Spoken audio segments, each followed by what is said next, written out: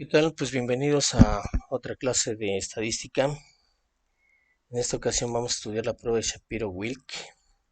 Es una prueba que aplicamos para ver si las poblaciones con las cuales estamos trabajando se comportan de manera estadísticamente normal. Déjenme decirles que esa es una necesidad que se tiene debido a que la prueba NOVA no se puede aplicar mientras no se cumplan estas tres cosas que ustedes ven aquí. Pues el primer supuesto precisamente que tenemos que comprobar es ver si las poblaciones se distribuyen normalmente. ¿Sí? Es una de las exigencias que hay para aplicar la prueba NOVA. Antes de realizarla se necesita comprobar eso. Lo segundo que se tiene que hacer pues, es verificar si las varianzas de los tratamientos que estamos haciendo intervenir en nuestro estudio son iguales. Y tercero, que las muestras que hayan sido seleccionadas de manera aleatoria e independiente. Esto de que las poblaciones se distribuyen normalmente, pues se refiere a grosso modo a que ya sea grupo de personas o grupos de objetos con los cuales estemos haciendo nuestro estudio, pues hayan sido sometidos o estén bajo condiciones similares. Pongamos de ejemplo a esto de aplicar tres fármacos a grupos de mujeres para estimular en ellas la producción de estrógenos. Pues ustedes saben que no es lo mismo una mujer joven que una mujer de edad mayor.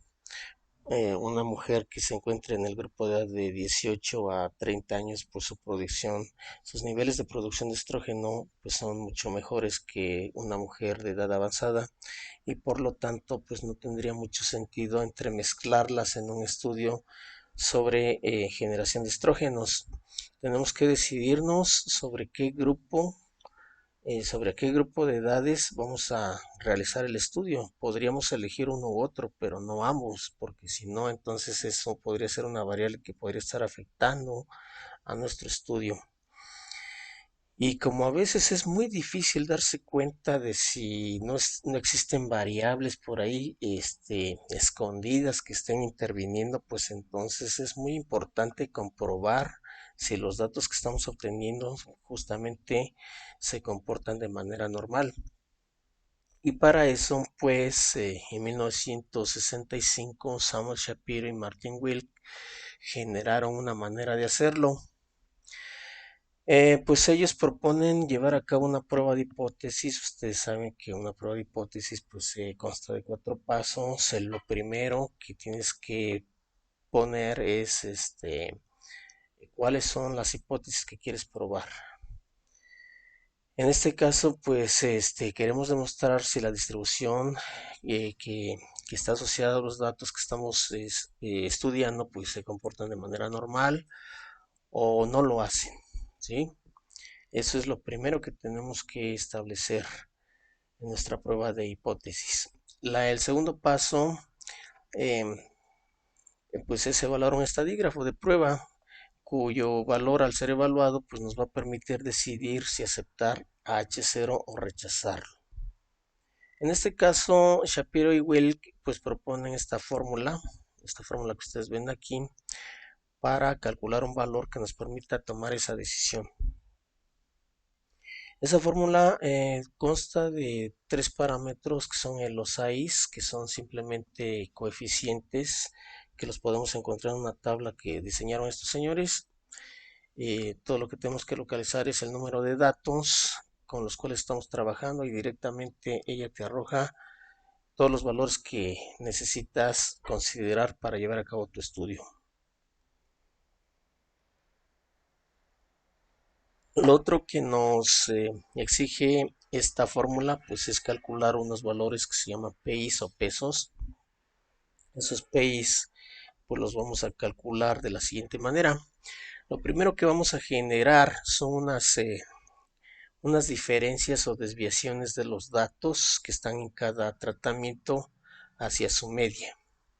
Es decir, vamos a calcular en primer lugar el promedio de cada tratamiento y luego vamos a hacer esas diferencias o restas. Y eso lo vamos a hacer para cada uno de los tratamientos. A eso se les llama los DIJ o diferencias o desviaciones, así les llamamos, ¿no? Una vez que ya tengamos esos datos, vamos a ordenarlos en forma creciente y decreciente, ¿sí? Una vez que los tengamos así, pues a partir de ahí podemos hacer las restas y esos justamente son los valores PEI, las diferencias entre los datos, los DIJs ordenados en forma creciente menos los DIJs ordenados en forma decreciente.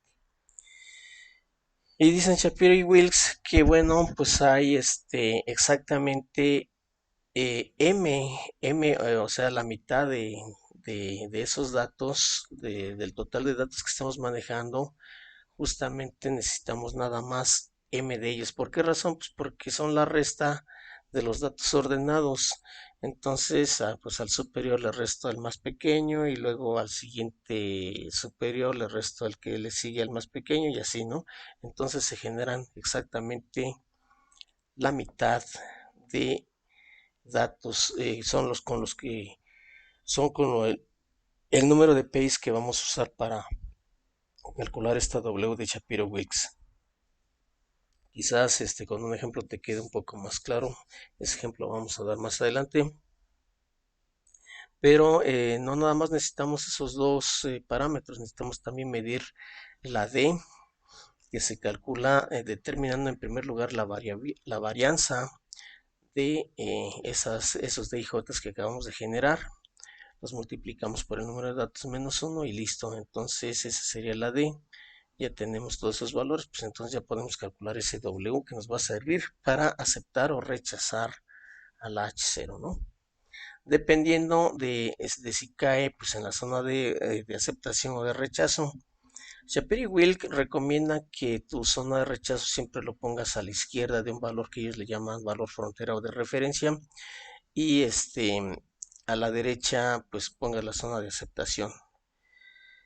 Las pruebas de hipótesis, pues ustedes saben que se lleva con un alfa determinado, a eso se refiere esta alfa, y dicen Shapiro y Wilks que para localizar este valor frontera todo lo que tienes que usar es una distribución precisamente que se llama así, distribución de Shapiro-Wilks, y en eso vamos a calcular sobre esa tabla, vamos a extraer este percentil o percentil frontera, ¿no? Bien, una vez que ya lo tengas, pues te fijas si ese W que calculamos antes con esta fórmula cae ya sea por abajo o por arriba de ese valor de referencia. Bueno, pues vamos a ver un ejemplo para que vean exactamente qué quiere decir esto. Entonces yo les decía que lo primero que tenemos que calcular pues son unos promedios por este tratamiento. Una vez que ya los tengamos, pues vamos a hacer las diferencias a que se refieren estas DIJs, ¿no? Voy a retomar otra vez el ejemplo donde estamos sometiendo a 3 grupos de mujeres a 3 fármacos para la producción de estrógenos. Eh, lo primero que vamos a hacer en cada uno de esos tratamientos o grupos, lo que vamos a hacer es sumarlos. A mí en este caso me dio 592.7. Enseguida contabilicé cuántos elementos tiene ese tratamiento, son 12. Y entonces para calcular el promedio, ustedes saben que es el total de datos entre el número de ellos, pues entonces a mí en este caso, este promedio me dio de 49.39. Hago lo mismo para esto, sumamos, me da 824.8, lo divido entre el total de datos que tiene esa columna, pues son 12 también, entonces divido 824.8 entre 12 me da 68.73 y hago lo mismo para esta última, ¿no? En este caso a mí me arrojó un promedio de 63.6.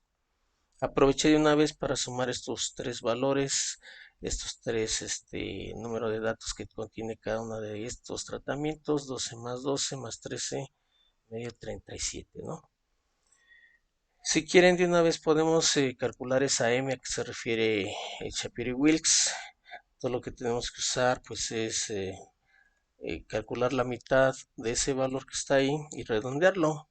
¿Qué les parece si usamos la función redondear? Vamos a tomar este valor, lo vamos a dividir entre 2 y como queremos un entero, no queremos decimales, nada de eso, pues entonces le decimos que queremos el número sin decimales. Le damos enter y listo. Entonces ahí está nuestra M que vamos a utilizar. Como pueden ver, entonces eh, son 19 los PIs que vamos a poder calcular. Para eso, pues entonces vamos a generarlos. Vamos a generarlos aquí. Lo primero que vamos a hacer, pues, es generar esas diferencias a que se refiere esta fórmula. Dice, toma a cada uno de los datos que tienes en tu tabla, en tus tablas, y réstales el promedio correspondiente. Y eso hazlo para cada uno de ellos. Entonces, pues lo hacemos. Vamos a darle la orden a Excel de que lo hagan. Vamos a tomar este primer valor. Le restamos el promedio de este grupo y le damos enter, pero antes de hacerlo vamos a advertirle al programa que queremos que lo haga para cada uno de los valores que están ahí, queremos que le reste ese promedio. Y eso lo logramos metiendo el signo de pesos ahí, ¿no? Ese signo de pesos quiere decir a cada uno de esos valores le vas a restar el mismo promedio de 49.39. Entonces simplemente copiamos la orden para que lo haga para cada uno de ellos y listo. Ya tenemos nuestra primera tabla de diferencias. Yo te invito a que hagas digamos, este esquema de tabla de una vez si vas a hacer un análisis de Shapiro-Wilks para que vayas de una vez vaciando los datos. Ahí ya te decimos que ya tenemos nuestro primer grupo de desviaciones. Vamos a copiarlo y vamos a formar una sola tabla con todos ellos, ¿sí? Esa es nuestra, digamos, población de diferencias o desviaciones, ¿no? Bien, vamos a hacer lo mismo con el siguiente tratamiento. Vamos al primer valor, vamos a quitarle su promedio y vamos a hacer que ese promedio sea restado a cada uno de esos valores y se lo decimos con el signo de pesos. ¿Sale? Vamos a darle enter y copiamos la orden. Ahí está. Vamos a hacer lo mismo para el tercero. De una vez vamos a copiar esto para ir formando nuestra tabla de diferencias, les decía yo. Ahí está. ¿Vale? Muy bien. Entonces vamos a hacer lo mismo con la tercera columna. A este primer valor le restamos el promedio y le decimos que lo haga para cada uno de los valores que se encuentran ahí, ¿no? Vamos a darle enter y listo. Ya está generada nuestra tercera tabla de diferencias. Vamos a copiarla para formar una sola tabla de diferencias. Vamos a copiar enseguida de esto. Cuando copies esos valores, nada más queremos los puros valores, no vayas a copiar esos valores con fórmulas o formatos, simplemente los puros valores. Eso es lo que le vamos a dar aquí, ¿no? Bueno, pues ahí ya están nuestra tabla de DIJs. Eso ya lo generamos, eso es lo que quiere Shapiro-Wilks aquí. Dice, vas a generar toda esa tabla de diferencias y enseguida lo que vas a hacer es ordenarlos de manera creciente y decreciente. Bueno, pues entonces lo vamos a hacer. Ah, pero además nos dice algo muy importante, dice, cuidado porque cuando calcules los PIs, recuerda que nada más vas a tener que ir hasta el valor M que acabas de calcular. Entonces vamos a tener ese cuidado. Como aquí dice que la M vale 19, pues entonces vamos a generar un grupo de números que les vamos a llamar índices contadores. Un grupo de índices 1, 2, 3, 4, hasta 37 datos tenemos, ¿no? Entonces vamos a generar una columna de 37 datos. Pues ahí está. Hemos generado 37 diferencias porque tenemos 37 datos. Ok, vamos a tener cuidado de marcar que nada más vamos a parar el cálculo hasta el 19. Vamos a ponerle ahí no sé, un color amarillito para que nos esté avisando que el cálculo no puede ir más allá del 19, ¿no? Y ya los demás valores pues no son de importancia para el análisis. según la fórmula de Shapiro-Wilks. Ok, pues entonces esta columna que está aquí me está diciendo que los ponga estos valores que acabamos de generar, pues los ponga de manera decreciente. Entonces vamos a copiarlos otra vez, vamos a copiar los puros valores y le vamos a decir a Excel, le vamos a ordenar que nos los ordene de mayor a menor. Eso quiere decir ir decreciendo. Aquí me está avisando el programa que si nada más quiero trabajar con esa columna, le voy a decir que sí. Ahí está, ya lo está ordenando de manera decreciente, el más grandote 3.9, luego le sigue el 3.8 y así, ¿no? Si quieren vamos a copiar esa misma columna, vamos a copiarla aquí para ordenarlos esta vez, pero de manera creciente, es decir, de mayor a menor, digo de menor a mayor. Entonces aquí le vamos a decir que nos ordene de menor a mayor. Otra vez me está preguntando que si nada más quiero quedarme con esa columna, pues le voy a decir que sí. Pues ahí está, ¿no? Bueno, pues ya estamos listos para calcular nuestras PIs. No se les olvide que Shapiro-Wilks dice que una vez que ya tenga esas columnas, pues lo reste los decrecientes menos los crecientes y esos van a ser en nuestras PIs, ¿sale? Entonces vamos a hacerlo. Vamos a hacerlo. Vamos a restar al 3.9, vamos a restarle el primero que aparece aquí en esta tabla y esa es nuestra primera PI y vamos a hacer que haga esas restas pero hasta esa marca que acabamos de poner porque la fórmula de Shapiro-Wilks dice que nos vamos a detener hasta la M, ¿sí? Eso es lo que está diciendo aquí, ¿no? Dice nada más va de cuidado porque el cálculo, los valores que vas a tomar nada más son del 1, del primero, hasta la M, que en este caso es 19, ¿no? Entonces, ya lo tenemos ahí. Ahora, ¿qué más nos hace falta? Bueno, pues ya que tenemos eso, pues vamos a calcular los AIPIs, o sea, los productos que nos está exigiendo la fórmula de el estadígrafo de Shapiro y Wilks. Entonces vamos a multiplicar estos ahí por estos PIs. Vamos a multiplicarlos, ahí está. Y vamos a parar el cálculo hasta el número 19. En este momento tú te preguntarás, bueno, ¿y usted cómo calculó o de dónde sacó esos valores, esos ahí que está poniendo ahí? ¿A qué se refiere eso? ¿De dónde los extrajo?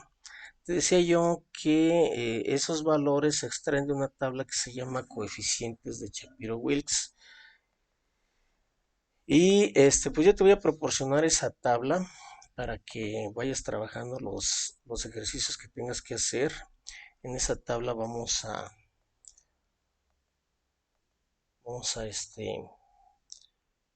buscar en dónde quedaría los coeficientes esos que yo copié ahí con anticipación para no tardarme tanto en la exposición.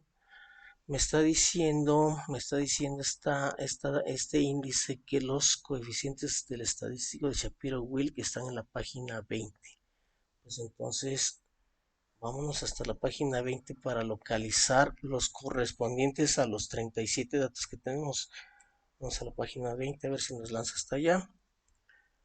Distribución del estadístico de Shapiro-Wilks. Creo que está un poco más adelante porque esta es la página 18, 19 y 20. Ok, ahí están los coeficientes. Si ustedes se fijan, ahí están coeficientes estadísticos de Shapiro-Wilk.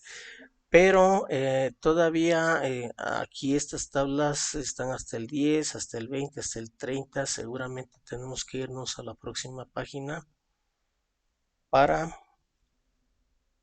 localizar el valor que nos corresponde a nosotros porque estamos manejando 37 datos, ¿no? Si te das cuenta, pues ahí está el número 37.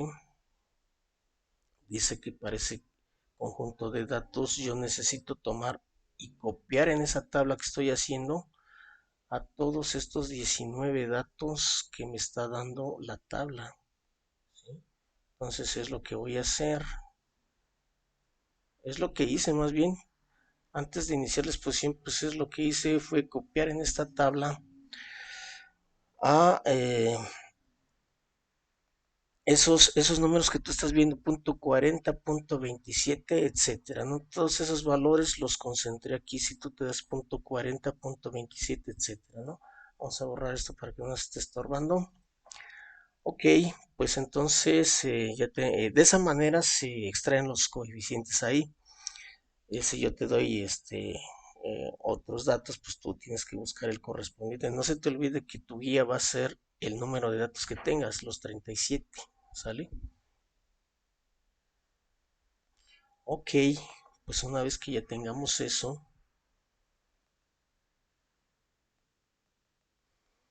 pues vamos a proseguir con el cálculo. Dice Shapiro y Wilks que lo que, si ya tenemos todos esos PIs y esos AIs y los productos entre ellos, pues ahora los tengo que sumar, ¿sí? Y luego calcular la D. En base a esa D, pues hay que primero calcular la varianza de todos esos DIJs. Pues vamos a hacerlo. Aquí ya puse yo en este formato, pues ya puse ahí lo que tengo que hacer. Vamos a calcularlo. Dice que tengo que hacer la suma de todos estos productos. Entonces le voy a decir al programa que sume todo lo que existe en esta columna, ¿sí? A eso se refiere, ¿no? Bueno, a mí me dio 11.58, pues ya tengo la suma ahí. Enseguida, también me está pidiendo que calcule la variabilidad de los DIJs, pues entonces eso se lo decimos con este comando que quiere decir var.s. Vamos a usar ese comando para que calcule la variabilidad de todas estas desviaciones que calculamos al principio y le damos enter, ¿no? Sale, vamos a ver qué hizo. Muy bien, pues entonces la varianza de los DIJs fue de 3.80. Tú velo haciendo ahí en tu casa para que lo compruebes. Entonces, esa D, acabamos de ver ahorita que se calcula tomando al número de datos, que en este caso son 37, restándole 1, ¿no? Restándole 1 y multiplicándolo por el valor de la varianza. Entonces, vamos a multiplicarlo por el valor de la varianza que calculamos aquí. Entonces, esa sería la D. Entonces ya tenemos la D. Y para calcular el W de Shapiro, dice que tengo que tomar a esta suma y elevarla al cuadrado. Eso es lo que me está diciendo, ¿no? Entonces, pues elevarla al cuadrado pues, es equivalente a multiplicarlo por sí misma dos veces. Y entonces vamos a dividirlo entre esa D que acabamos de encontrar. Y ese es el valor de Shapiro-Wilks. Ese es el valor que nos va a permitir decidir si nuestros datos verdaderamente están siguiendo una distribución normal o no lo están haciendo. Si hay poca uniformidad o las condiciones a las que están sometidos los sujetos para el experimento no son las mismas, ¿no? Bien, pero antes de hacer eso, no se les olvide que como es una prueba de hipótesis, pues tenemos que calcular un valor frontera entre la región de rechazo y de aceptación. Les decía yo que pues vamos a hacer esta prueba con alfa de 0.05 y como dice que todo lo que necesito que calcular localizar en unas tablas de Shapiro-Wilks pues son ese alfa de 0.05 y los 37 datos. Entonces vamos a localizar ese valor. Vamos a hacerlo en esas mismas tablas que les acabo de decir, pero vamos a otro lugar. En este caso, creo que está antes de estas tablas de coeficientes. Se llama distribución del estadístico de Shapiro-Wilks. Vamos a esa tabla y les decía yo que como estamos haciendo la prueba con un alfa de 0.05, pues entonces sobre esa tabla localizamos ese valor y como son 37 datos los que estamos manejando, pues ahí donde se crucen esos dos valores, que en este caso sería 0.936, pues ahí justamente ese es el valor frontera entre las regiones de rechazo y aceptación. Y punto 936, no se te olvide, ¿no? Entonces lo ponemos aquí como el valor que andamos buscando, punto 0.936. ¿Vale? Ese es el valor que nos acaba de lanzar para el valor frontera entre las dos regiones de aceptación y de rechazo.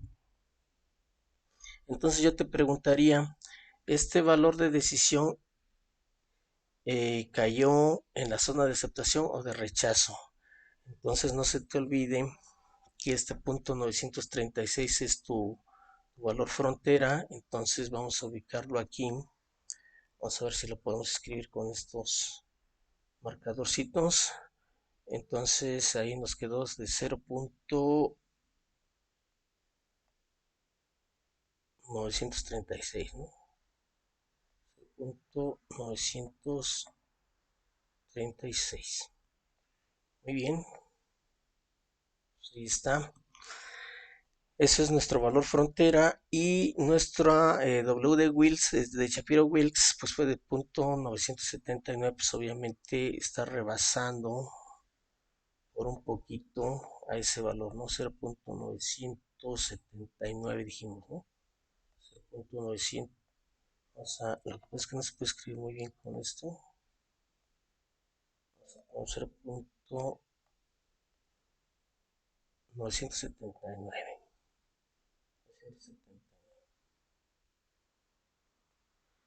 Ok, bueno, pues ya está ahí. Y ya nos queda súper claro que es por eso que estamos aceptando la H0, es decir, nuestros datos para este caso de las mujeres sometidas a 3 tratamientos distintos, pues se acepta el H0, es decir, esos datos que van a generar sí se distribuyen en forma normal. Bueno, pues con esto finaliza la prueba. Nuestra conclusión sería que sí aceptamos al H0. En efecto, sí, los valores están distribuyendo de manera normal, afortunadamente, y entonces sí podemos aplicar el estudio ANOVA. Si no, si esto se hubiera rechazado, pues ni siquiera ya lo aplico porque no sería válido. Quiere decir que mis valores están contaminados por algunas otras variables. Ok, pues aquí finalizamos el estudio de la prueba de Shapiro-Wilks. En Classroom les voy a dejar un par de actividades. Váyanlas haciendo, no se les olvide que deben de tomar en su cuaderno estos apuntes y los tienen que analizar, ir haciendo los cálculos junto con lo que se va explicando, etcétera, ¿no? Entonces nos estamos viendo para la próxima. Cuídense mucho.